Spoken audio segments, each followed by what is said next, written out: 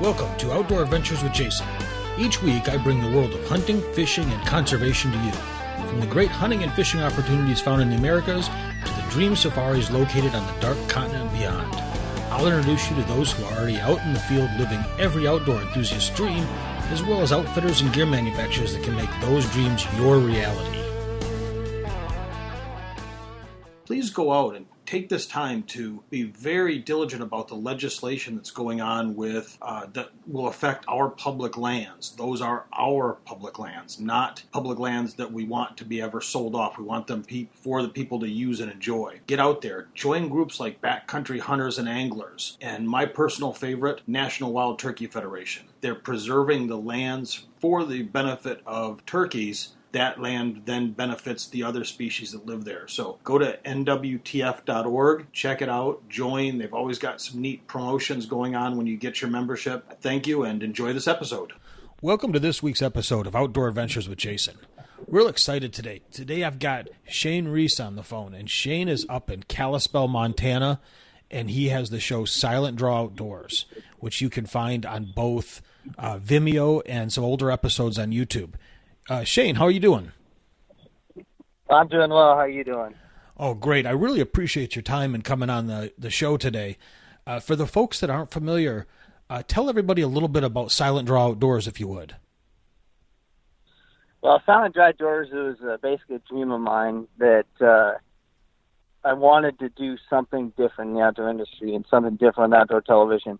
As we all know, outdoor television has kind of gotten a little stagnant, and you see the same old stuff nonstop with all these different shows. And we decided to start an internet-based hunting show, Western big game hunting show. There's only 4 or 5 true Western-based hunting shows on outdoor television, and we want to make a big push to get people to realize how amazing hunting is in the West. So we did basically an online version of a hunting show. And then after about 3 seasons, we had over 1 million viewers watching what we were doing and got picked up by Sportsman's Channel, and we're a Sportsman's Channel for roughly 4 seasons, and we just, on our last season last year, we made the move to Pursuit Channel. Give us a little bit better opportunity to promote different things that we want to promote, and basically been with them since and getting ready for season 6 on the Pursuit Channel this third and fourth quarter. So with the different exposures and different hunts you've done, this is going on 6 seasons.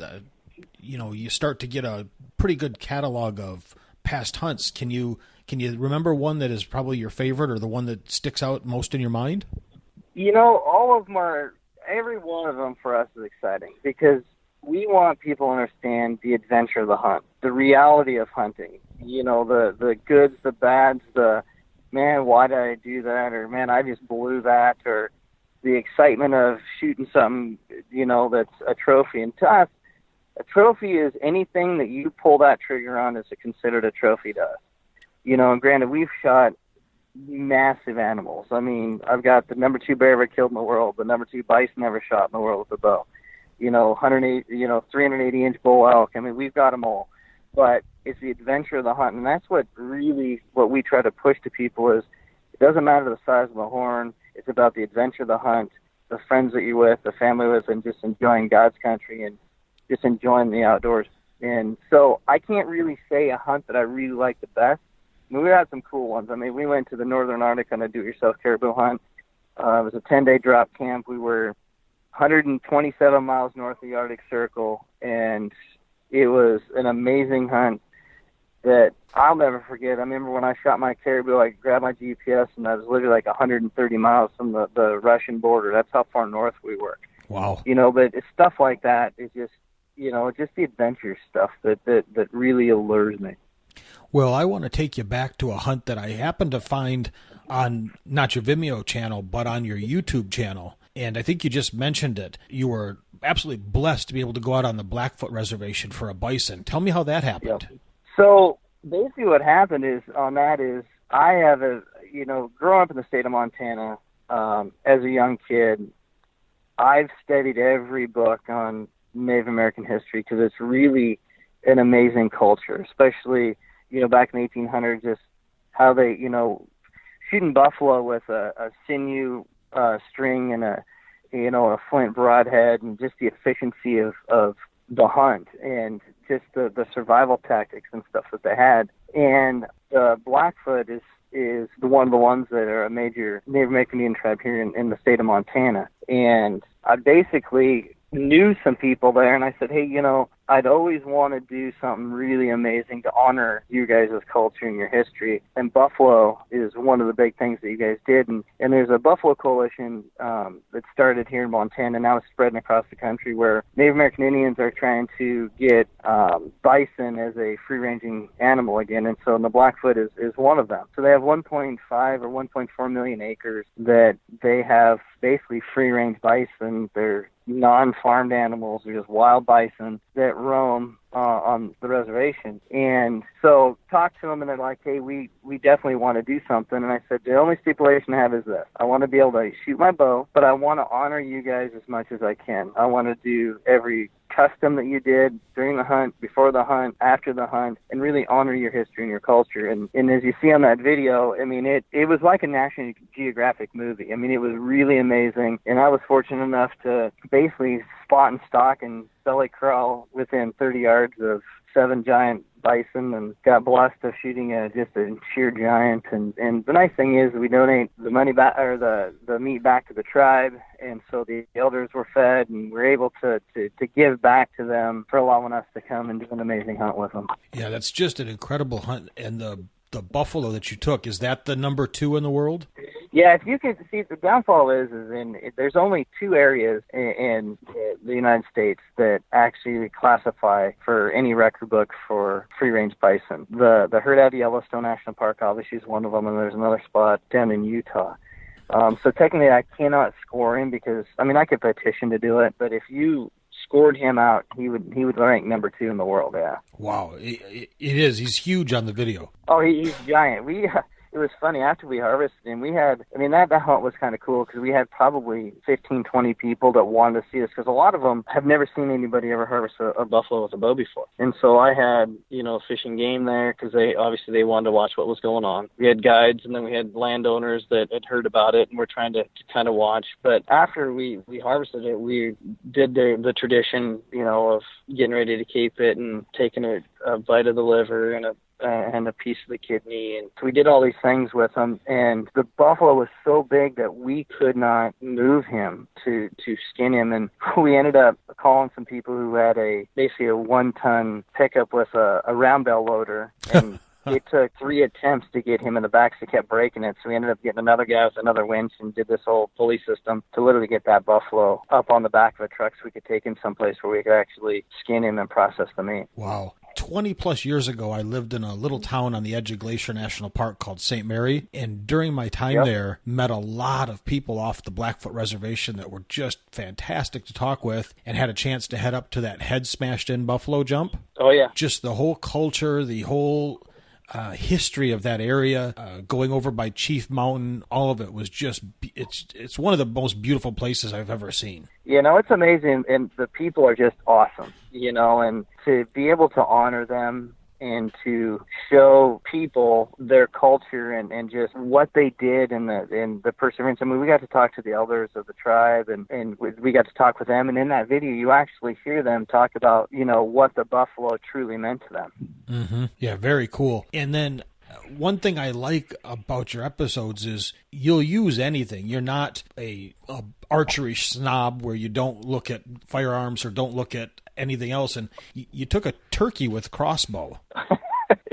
Yeah, so that's the one thing with this show is when I started it, we are all around sports. I mean, some of my pro staff, one of the guys, Daryl Primer, he was an outfitter, a guide in Oregon, and they called him the Elk Man, and I've got a couple of my guys that are hardcore waterfowlers, and, Chris, who produces our show, he just moved to Montana, but he owns an outfitting business for whitetail and turkeys. And so we all are well-rounded sportsmen that can call pretty much any wild game animal. And for us, it's about being an all-around sportsman, and that's what I think our fans of the show love, is they don't know what you're going to see each week. I mean, one week we could be in Alberta shooting bears. The next week we could be turkey hunting in Washington or Kansas or Nebraska or wherever. Then we could be doing a waterfowl hunt in Montana or Arkansas. You know, we actually aired the very first trapping show ever seen on Sportsman's Channel, because we all are hardcore, diehard trappers as well. I mean, that's the longest tradition of hunting is trapping, and so a lot of us are into that kind of stuff too. So the show is basically, if people say, what is your show? I just tell them, we are an all-around hunting show that's going to show you reality television and give you a story and help educate you. Because we all know that when you watch outdoor television, it's not an educational thing a lot of the times. It's some guy talking or a gal talking, and then they talk about what's going on, and then they show a snippet of a hunt. Well, with our show, you're not going to see that. You're going to see a storyline, like a cinematic movie storyline of the hunt. It's a documentary of what happens on a hunt. Now, are they all successful? No. Obviously, we show that. We show the mess up, you know, that, man, I draw back and I get busted by a giant bull walking through the timber and he takes off. You know, we show the misses. One of my good buddies missed a really good whitetail buck in Washington. Shot right over the top of his back. We air that kind of stuff because we are human. We are just like you. We want you to relate to us. We want you to realize that just because we're on television doesn't mean we're perfect, because no hunter, as you and I both know, are going to be perfect. We can't be. Right, and that's the nice thing I've noticed in watching the episodes that I've been watching of Silent Draw Outdoors, is so many of the shows have turned into an infomercial that happens to have a little bit of hunting thrown in. Yep.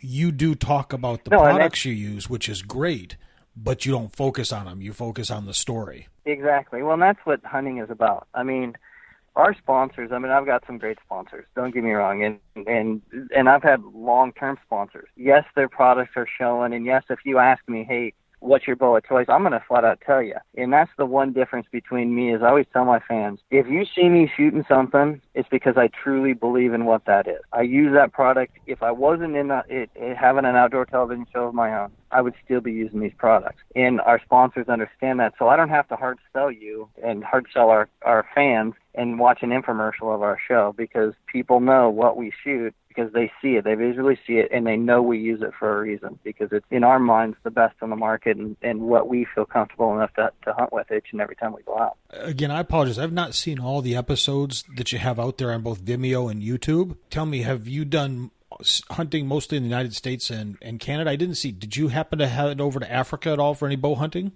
You know, I've been to Africa several times, and actually I need to get back over there because I need an eland, and I'll have all my spire horned animals with my bow. But I believe when we did our internet show, we actually did an African hunt that actually, we film it all anyways, but we actually put a show together that was on our website for a long time of an Inyala hunt that I did, which we all know Inyala is a very tough animal, number one, to spawn stock. And that's the difference. Most people don't spawn stock. I mean, I actually spawn stocked one, belly crawled, and I shot a really beautiful Inyala. And the funny thing is where we were hunting, the guy had never seen anybody shoot one of the bow before, and we made a bet with him that we could get it done, and he's like, I don't think you can. And then the bet was if I did it, that his guides and his people had to process the animal, take it out for us, and they had to do all the work. We got to sit and watch him do it, and sure enough, that's what they ended up having to do. So it was pretty cool.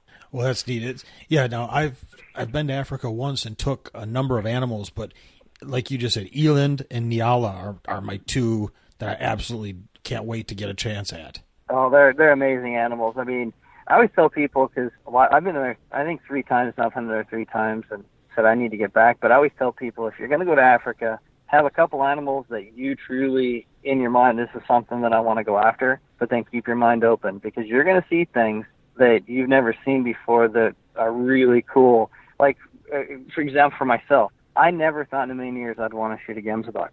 It just wasn't on my radar. I was like, yeah, whatever, until I saw my first one up close, and I'm like, yeah, I need to figure out a way to bow shoot one of these, and so I did. But Africa is just an alluring, amazing place, and it's just, the animals you see there, it's pretty spectacular. Were you in South Africa the 3 times you've been there? Yes, I was. Okay. Yeah, I went to... I've been to South Africa every time, yeah. Okay, I was in Zimbabwe. It was an absolutely amazing trip for 9 days, which was 7 of it hunting. And it was just an absolute... My kids always joke that they're like, Dad, you shot a zoo. There was just so many animals. Oh, yeah. They're like, we don't have to go to the zoo anymore. You got it on the wall. So it was exactly. It was just an awesome experience. I can't wait to take my kids to Africa one day. Yeah, no, it'll change your life, especially like what I do. Is I usually do a lot of mission work while I go down there too. I've got a good friend who's South African and who has an outfitting business, and so that's normally who I go with. And then I spend a week hunting, then I spend a week out in the what we call the bush, and just going around different orphanages. And we started a bunch of them down there, and some soup kitchens and some schools. We did a lot of work down there just because you go down there and your heart kind of stays down there with them. Mm-hmm. You know, you go to these rural villages, and the things you see is just saddening. And it's like, man, we need to do something to try to help these young kids to better educate themselves and get them out of a life of poverty. Because you don't get them out of it, they're never going to leave it. You know, that's all they know. And so if you help them out, save a few of them, you've done yourself good. Yeah, it's always amazing when I saw what they had and what they were happy with versus when you hear happy with nothing. Exactly. You would see these 9-year-old kids pushing carts pulled by these miniature donkeys just piled high with wood, and you're like, man, I can't think of a kid that would want to do that here in the States. You know, so no. It was really an eye-opener and really a fantastic trip. And as you said, a piece of you stays there, and it never comes back. It makes you want to go back there to rediscover that piece all the time. Yeah, well, I think about it. And where else can you go that have absolutely zero cell phone service for weeks? Travel a country and have no cell phone service. I mean, that country, especially when you get out in the real bush. You've got 7-year-olds that are raising their brothers and sisters because their mom and dad have passed away of HIV. Mm-hmm. You know, and how many 7-year-olds can actually take care of a family? When you go to South Africa, you see that, and it's mind blowing. Yeah, I've always, like you said, it's really an amazing experience. You get in there, and it changes you, especially when you come back and you look and say, "Yeah, I really am blessed." Comparatively speaking, I'm doing quite well. Yeah, exactly. So, on that note, did you grow up in a hunting family?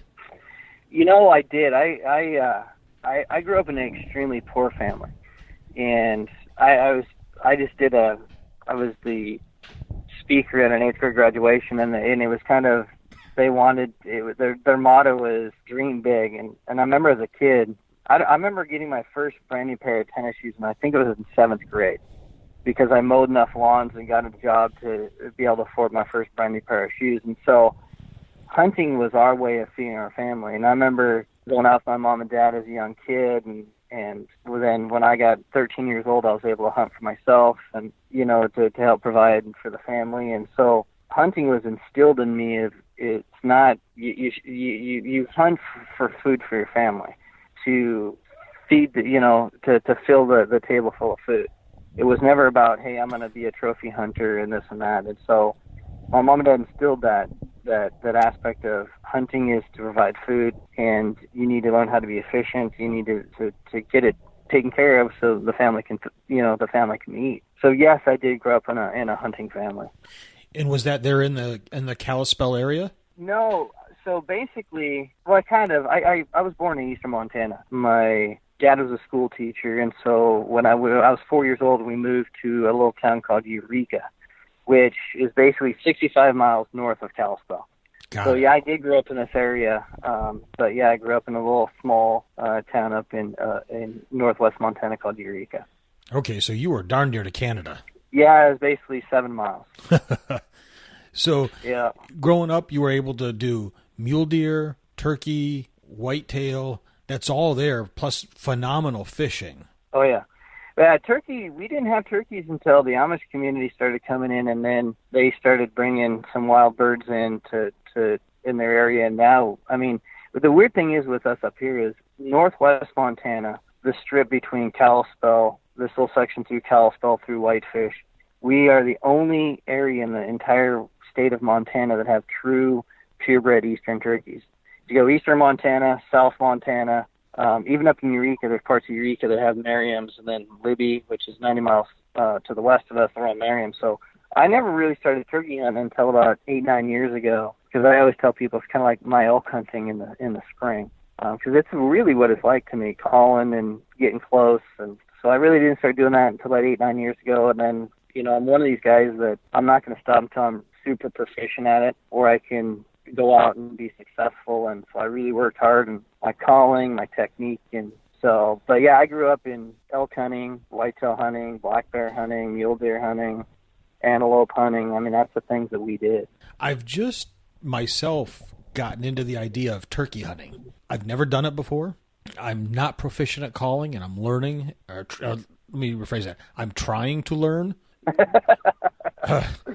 But the neat thing is, and you probably experienced this, the turkey hunting community is very arms open and will welcome you in.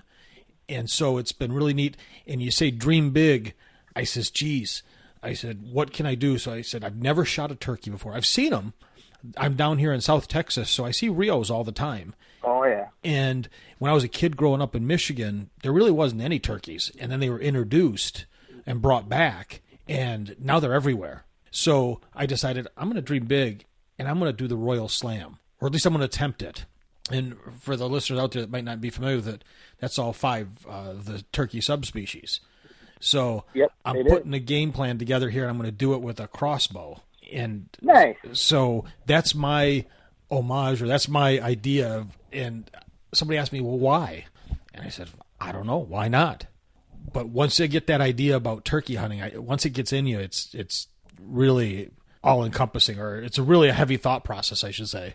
Oh, well, it is. You're hooked. I mean, it to me, as I said before, it's like elk hunting to me in the spring, and learning how to call and knowing when to call and what sounds to make at the right times and to draw those birds in. I mean, we had a phenomenal turkey season last year. We shot 27 birds on film. Wow. And me personally, every set that I went out on, because I take friends out and I take fans out hunting with me if they're in my area. I'm like, hey, I'll take you. Let's go. I'll go have some fun.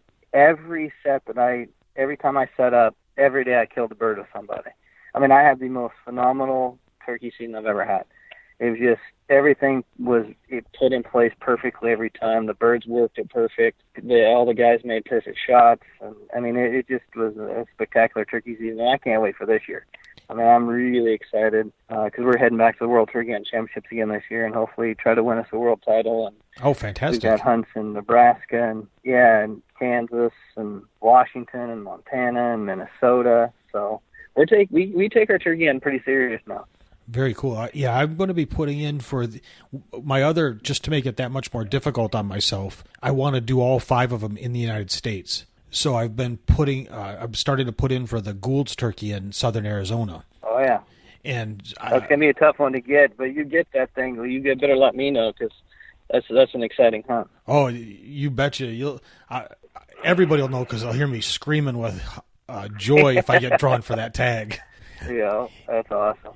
And so I said, if I can certainly go to Mexico and hunt the Gould's turkey a lot easier, and I'm not adverse to that. And I may do that to finish out the slam until I get drawn for the one, or hopefully get drawn for the one in Arizona. And so then I can turn around and replace that and say, okay, I've gotten all 5 in the States, which would be really cool. And then I'd love to hunt them in Canada. I absolutely love going to Canada. Yeah, I do too. I mean, we have a top 5 show in Canada because we are here in the States, but we also have a show up in Canada and 13 other countries. And I love hunting Canada. I mean, obviously I'm close enough, and actually one of my guys is now moving up there and getting his guide license, so we'll be able to hunt a lot more. But we do a lot of our bear hunts, up in Canada, and it's phenomenal with a lot of bears, a lot of big bears, and I've got some really good outfitter friends of mine that I've hunted with for years. I've been fortunate in the bear hunting world, man. The last 7 years, I've shot one bear that's been 7 foot every year. So, oh wow, I'm like the bear magnet, it seems like. But yeah, it's fun up there. You better get one hellacious trophy room. I've got a fairly substantial. What's funny is I shoot so many animals a year that I'm not gonna. I don't mount it unless it's something really unique or something so extremely huge that I'm pretty much forced to do it. Well, I saw one of your videos, and it might have been the turkey video.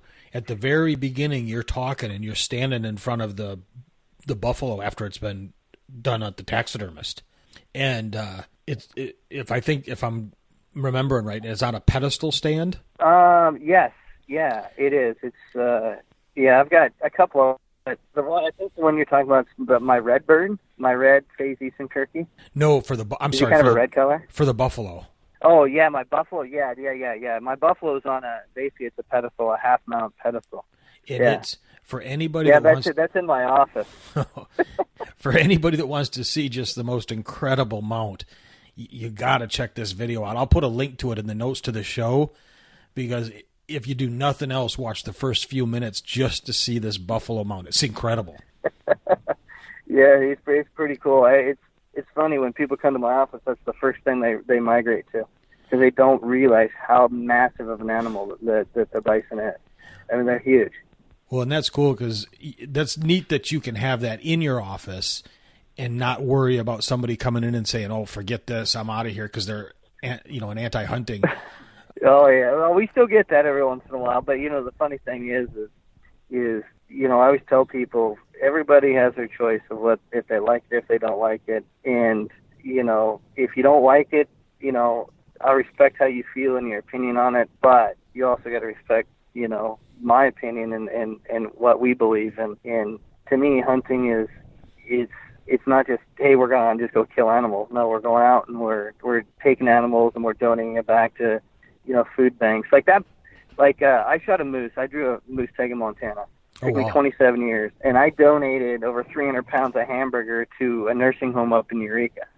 That's the things that we do with that, and people lose sight of the anti-hunters lose sight of what hunting is about, and it's about providing food. And we go rounds and rounds, obviously, with them, because they get on our social media pages and they want to say the things they want to say, and we want to be kind and courteous, but we also want to tell them, listen, your view is your view. Our view is, hey, we want to help people put food on the table and feed their family, and that's what hunting's about. Yeah, it's always a challenge, because I always go at it as, I want to be nice, courteous. I don't care what you say, even though that's not necessarily sometimes what I'm thinking. My response has always got to be nice and courteous. Yeah, it is, and it gets tough when you get your death threats and you get just really mean things said that are ill will to you, your family, your friends, to your life. And so you gotta, it's this roller coaster game of how can you be nice but be like, hey, that's uncalled for. You really shouldn't wish upon somebody getting mauled by a bear or eaten by some. It's just horrible. And I think they just do it to get a rise out of you, and if you don't respond, then they pretty much leave you alone and move on. But there's times it's pretty tough. Yeah. So no, yes, it's very much always a challenge. One thing I noticed you guys do is there's a lot of bird hunting in your episodes. Yep, we do a lot of. We're diehard waterfowlers. That's if people who know me, I love to waterfowl hunt. I mean, I've loved it for years, and so that's one of the things that we try to get out. Waterfowl, upland game birds, stuff like that, and just really enjoy waterfowl hunting, because it's fun. It's you get to call, you get to sit and wait, you get to use your decoys, and I mean it's same thing with turkey hunting, just like turkey hunting. You got to work the ducks right or the geese right. And so yeah, we do. I said we do everything. I mean, I live by the rule of thumb. It's got 4 legs and fur or a bill and a beak, we're gonna hunt it. I mean, that's just who we are and how we are.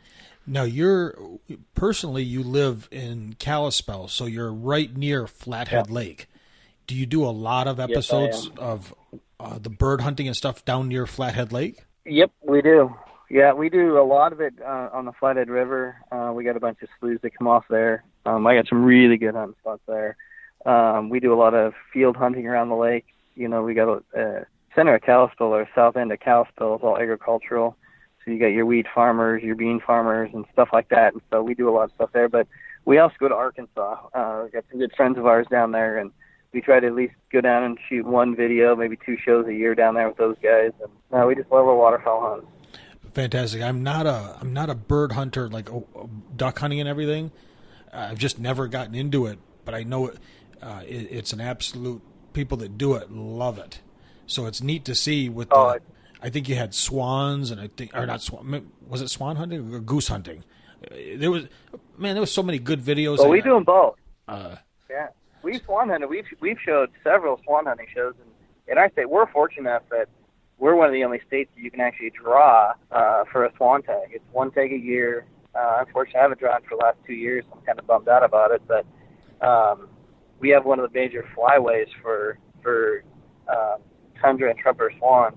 They come right through a section of Montana, and people always ask, why do you want to do that? Well, and I always tell people the true reason behind it is the hunt is fun itself, but the population basis of the swan, they have really no natural predator, and not a lot of people shooting them because of the fact that there's not really many places you can actually have a season. So in our area, we'll have 5,000 to 10,000 of them fly in and then leave, another 5,000 to 10,000 come back in and leave. I mean, it's amazing. You just sit there, and half the time I just sit there and just listen as they're flying over. I don't even hunt. I just sit there and just listen, and it's just an unbelievable experience.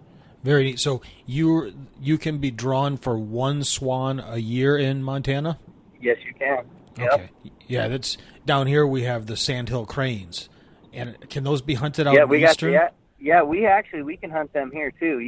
That's another draw area, a draw zone. And unfortunately, I actually drew my Sandhill Crane tag in the area. You could actually harvest 2 of them, and they flew in and they were there for 3 days and gone. And I was actually on a hunt, and so I totally missed my Sandhill Crane season this year, because our season it's a short season. It's like September 8th through the 30th of September, I think.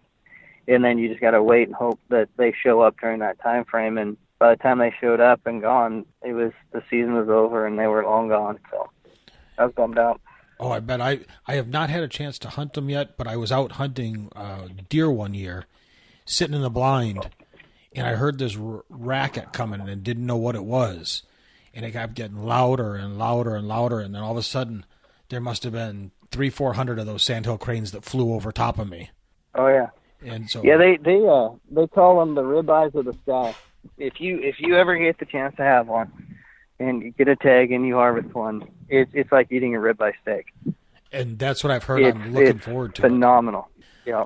Well, you've hunted and harvested. Just what's next? What's next for Silent Draw Outdoors?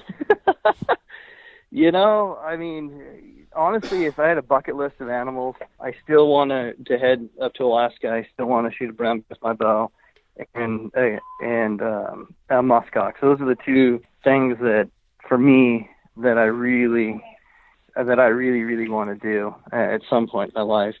But other than that, I just love the hunt. I love the adventure, and I'm up to go anywhere, do anything that we can live out our dreams and our adventures and let people know what reality hunting's really all about. Very cool. So now, are you thinking Greenland for a muskox? No. I mean, I can go up to Alaska, up to the Yukon. I mean, we can go up there and do it. I got a good friend of mine who's been wanting to go up and do it. So he actually messaged me the other day, and he wants to try to put something together in the next year or 2. So hopefully that'll we'll be up in Alaska for that, I think. So. Oh, fantastic! Hopefully we'll get that done and go enjoy that, because everybody thinks they're giant animals, and they're not that big of an animal. It's just they look big because of all their fur, but they're just a majestic, just a beautiful animal. They're very neat. It's one of the down here. There's a Cabela's that has one of the big mountains, and it has a couple of the muskox in it, and I love to look at them. They're just a beautiful animal. Yep, they're just amazing.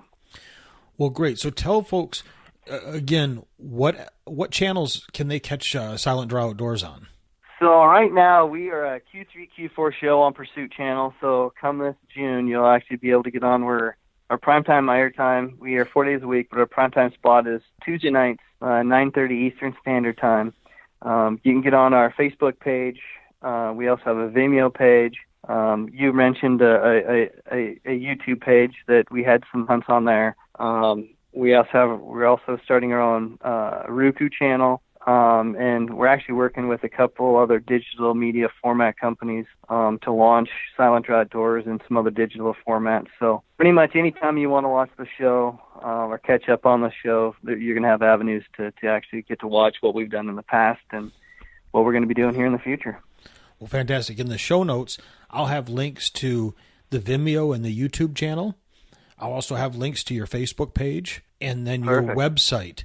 And if somebody wanted to contact you, what would be the best way to do that?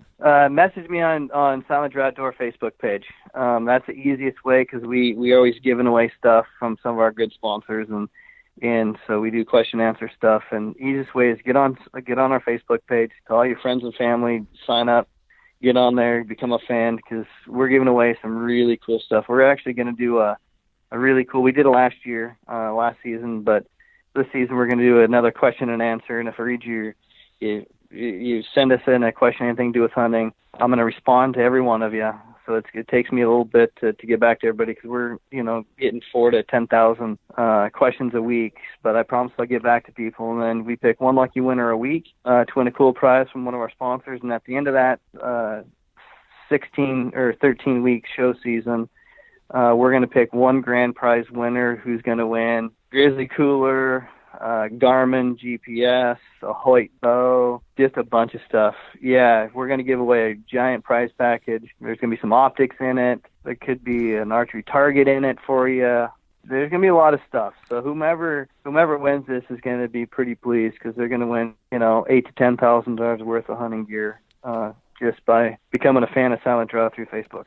Well, I'll tell you what, you've got a great list of sponsors. I'm going to have links to all that. I hope everybody goes out and checks out Silent Draw Outdoors and then,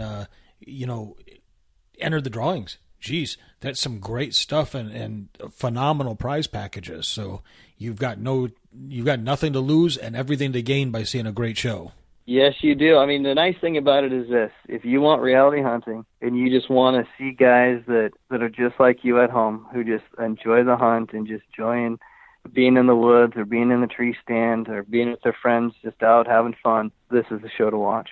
Awesome. Well, Shaine, I can't thank you enough for your time. I'll let you get back to a busy day, and we'll... No problem, buddy. It's just I look forward to catching up with you, and we'll talk maybe 6 months to a year out to see how the season's going and how everything's been going for the hunting season for you.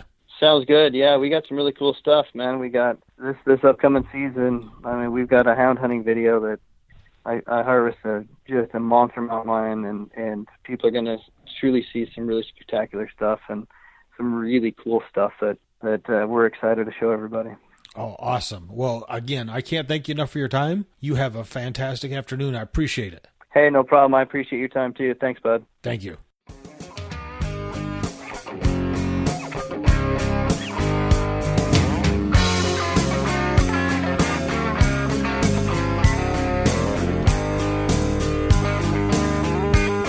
Come early spring, it's getting green. Fish are on the bed. Hear those turkeys gobble. It's ringing in my head. The winterized bass boat, here comes another year. Yeah, we command the outdoors round here. Oh, we command the outdoors. Yeah, we command the outdoors. Come summertime, we're feeling fine, fishing on the lake, flipping jigs in Carolina rigs, from early morning till real late. Bonfires on the creek bank, kick back a couple beers. Yeah, we command the outdoors around here. Yeah, we command the outdoors. Yeah, we command the outdoors. Next year's doves until you know winter's on the way. Brushing blinds and deer stands. The fever starts to creep. Fill our freezers full of ducks, lots of tender deer. Yeah, we command the outdoors around here. Yeah, we command the outdoors. Yeah, we command the outdoors. So grab your guns and shells, boys. Put on your camouflage. 'Cause we command the outdoors round here. We command the outdoors.